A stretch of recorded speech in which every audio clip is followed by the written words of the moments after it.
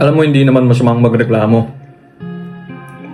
Minsan-minsan, dahil mahirap nga ang buhay, di ba?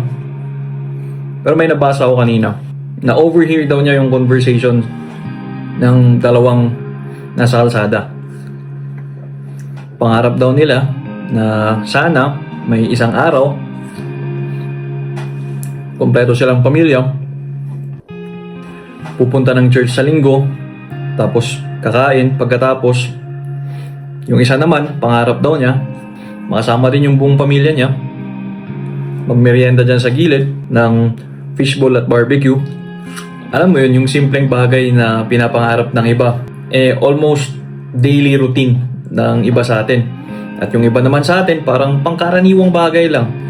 Kaya, again, hindi masamang magreklamo, pero sabayan natin ng galaw yung ating mga reklamo. At huwag kalimutang maging grateful pa rin. See you. Bye-bye.